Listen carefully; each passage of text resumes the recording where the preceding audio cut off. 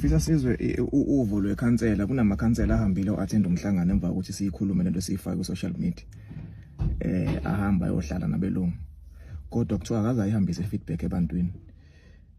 Ngifisa ukuthi sike ngasingapholisa amaseko sike simuzwe na umhlonishwa wase Ward 8 ukhansela.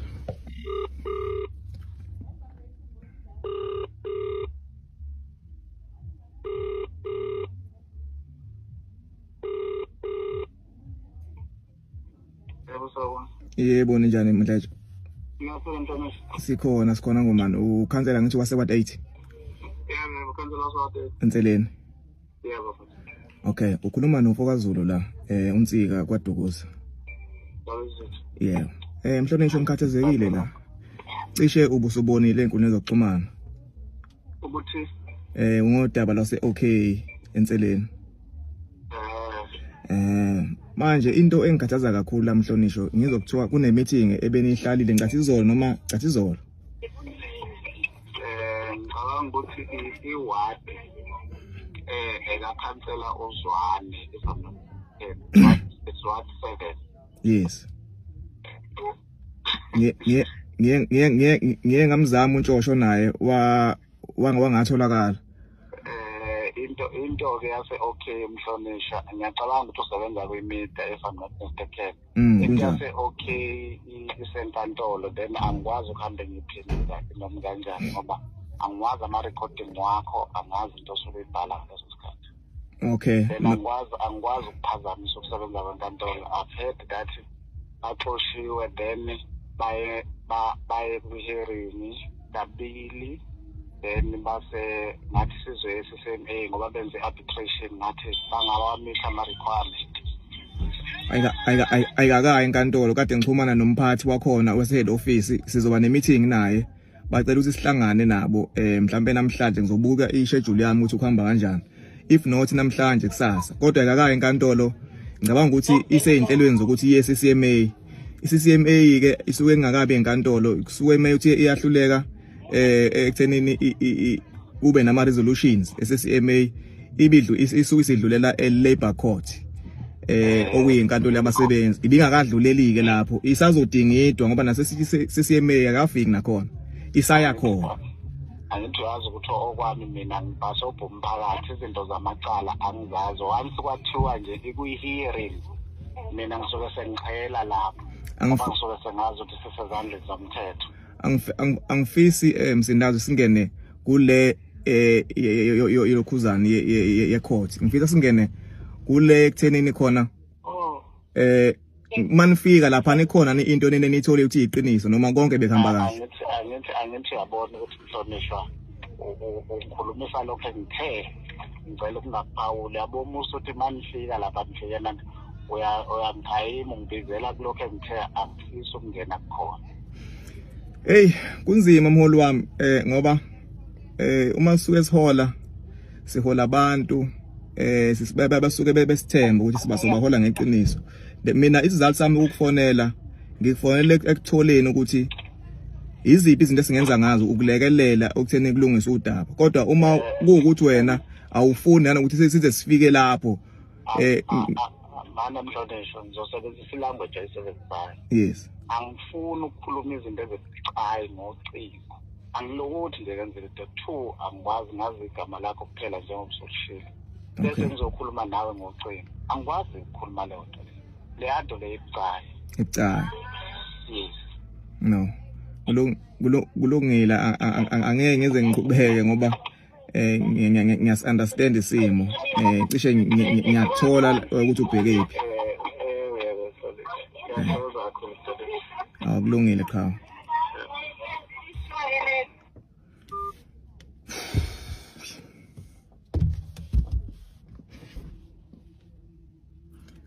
Kulungile ngicabanga ukuthi asike zame na umphathiswa la uZwane.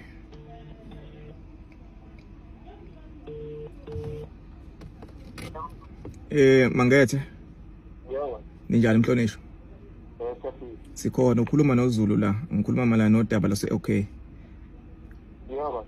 Mhlawumbe ubusubonile enkundleni zokuxhumana lapha sidinga indaba loludaba lase okay la ebenibambe khona umhlangano izolo nabelungu. Okay, uzulu wakho. Unsika lo wako Dukuza ngisebenza kwimedia. Benza kumedia. Yeah. Yes. Mhlonishwa ngiyafisa silekelele kulento le ngokweqiniso angisho ukuthi abahlonishwa balekele ngokweqiniso but ngiyafisa ukuthi sike prioritize njengamanje abantu bakithi. Kunabantu abaxoshiwe abaphela umsebenzi but fast forward ngifisa ukuthola mina ukuthi kukhona yini okuyiqiniso kulento ebishiwa abantu enikutholile uma nifike emeetingini nabelungu. Meeting nabelungu bathi ipolice yalapha ikudla masekonakele fana ilahle. Yebo. Yes.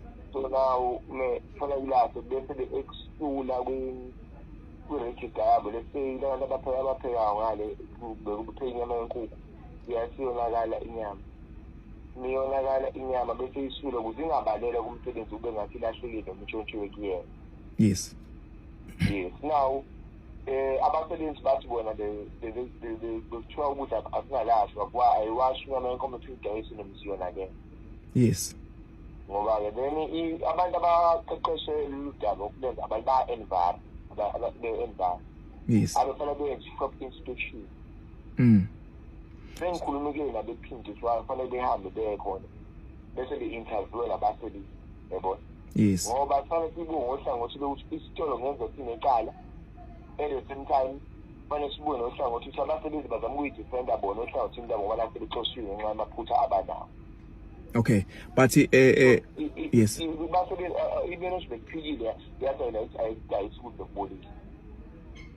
Okay, but I'm glad ukuthola ukuthi ipolice ithi akutshingwe bese kuyasulwa. So of which means abasebenzi uma be provide iproof ukuthi baxoshelwe ukuthi bona bebephoqwa ukuthi badayise ukudla okubolile. Mhlasimpe kuyomela sisebenze ekuthenini lawo basebenzi banxephezeleka kanjani noma babuyela kanjani emsebenzini baqhubeke basebenze. Ngoba nje into eyenzakalile bekufanele kuqashwa abantu abasebenza abasha thina njengamakhazi saqaba la ukuthi no you can't say aqashwa abasebenza abasha okwamanje akudina udaba le. Yes. Okunye ke into yabo kumele sinuke iphusha fanele iphushe external ngoba internal sebehlulekile ngoba baaphilile ngaphakathi khona into yangaphathi kwa engine behluleke. Yes. Behluleka fanele bese yasiseme into yabo yabo ngoba ake sikhuluma lokubahluleka fanele bese yasiseme ngoba angithi mse before aqoshwe into yokuqala bathi bane first warning ne second warning amaphutha esihlale yenzeka ngaphakathi. Yes. Mase kusiye kufanele warning lapho na aya ku hearing seyoxoshwa khona ngokwade ayisixoxa nabo. So abantu benza ngaka ababoni sabona oyedwa lapho mengimbona ukuthi seqashiwe kwindawo ngizama ukulandela ludaba uthi kahle abaxoshelana baxoshela ukudla okubolile noma yini baxoshelana so nezinto ezikanjalo kodwa thina nje amakhansela akuvumelana ukuthi umphakathi wakithi udle ukudla okungekho right okunakele.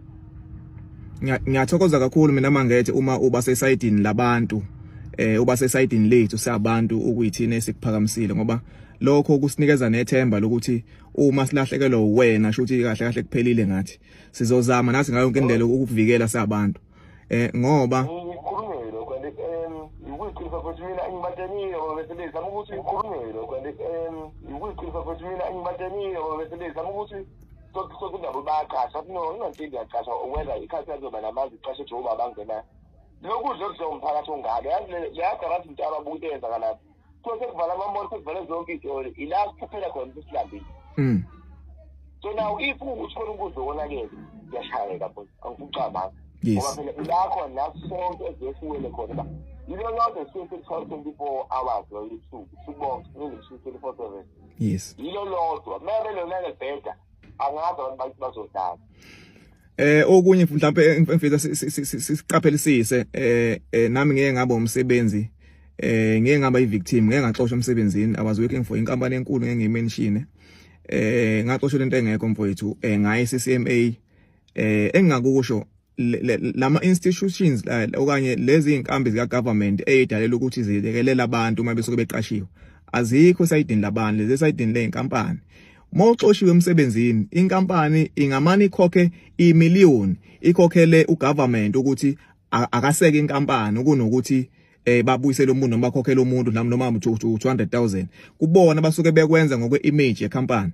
So uma thina sizosebenzisa ubuntu siyilungise la ingazi ifikele kude kakhulu kuhlalwe nabo belungu phansi uma benza iphutha belungu kuthiwa nenza iphutha singayisi le ngoba mase isale kuthiwa yeko government akube ioption yokugcina le government engenzeka sifaile mfowethu ngoba ama companies ngenqamba manga masikubeka nje ngolimi lwethu ayakhokha ama companies akhokhela ukuthi avikele isithunzi sawo ngoba uma ngathiwa kuyiqiniso inkampani iyahluleka enkantolo lokho kobe sekusho ukuthi yonke into ethi okay isibukwa ngelinyiso manje yabo ukuze inkampani ingavalwa abamane ba-invest ekuthenini bakhokhele ekuthenini bavikele isithunzi. So uma sizoyi-approacha ngale-angle yokuthi siyasebenzisana bangicelile ukuthi ngisondele sibe nomhlangano mhlambe ngingathanda ukukuthinta ube khona kulowo mhlangano lo sibuke ukuthi sihambe ibanga sifika phi nokuthi kulungiswe lolu daba. No, ngiyafuna abasebenzi bangisakhulume noyedwa noma babili baqhaza sensitive nawo sithele amaqiniso njengoba njalo. Ngoba into engiyenzile ngoba ngikhulume ngendlela yokuya phambili into yalapha eBhozo ngoba into esindala into yalapha okay. Ukuthi sidinga meeting ezaba upholi bendawo ne-management lakho nasokhuluma nabokuphili yabo. Yes. So laba bathi uma konakele ukudla fanele nizoreporta kusifule kungabaleli abini ukuze sithi imagine. Yes. Okhala lokho. Nami ngikhathela ngibophe sibasho njalo bese ipolice siza ngokuze kungakhulumi into lapho singayazi ukuthi la the bank esivele kunayo. Yeah. Kusibili nje engakuthi before uqale uqashe abantu aba ake nami babona laba eJSP abanye sebesebenza khona. Yes. Soqini nabo kusikwazi bayibone ngabo laba sebeshilo bani bathi akuvumelekile leyo umsebenzi leyo yaxoshwa iqosha mawuthi uyasibudlobuli. Yes. Yeah. At the same time sizoyibuka le amahoni ngamabili athi into kubenzena kanjani ngoba phela njengoba nayo sathi wabili umuntu avela asoxoshwe the same time. Yabo kusukuthi kwenzekile oqala kwenzeka isibiko sokwenzeka ukuthi sosaxoshwa. Soqini nakho lokho kodwa into engikhala kakhulu umphakathi wakithi isebenza ungazi ukuthi omena impilo. Ngiyathokoza kakhulu Mhlonishwa ngicabanga ukuthi siloko sixhumana sibone ukuthi siyilungisa kanjani lento le but ngiyafisa ukuthi ilungiseke ngoba mawuyibheka nje sikhuluma njengamanje off record into ezokwenza i-decide le kahle kahle ukuthi ubamele yini abantu noma ubamele once wabafail abantu la yobungafailile kuphela as an individual but yobufaile nalabo abakuthumile. So ngiyafisa ukuthi nyama sesibuke ngento nje eqondile ukuthi noma ngabe yini esiyenzayo incane but asibakhombisa abantu sise side lapho. Ngiyabonga Mhlonishwa ngiyabonga. Yeah.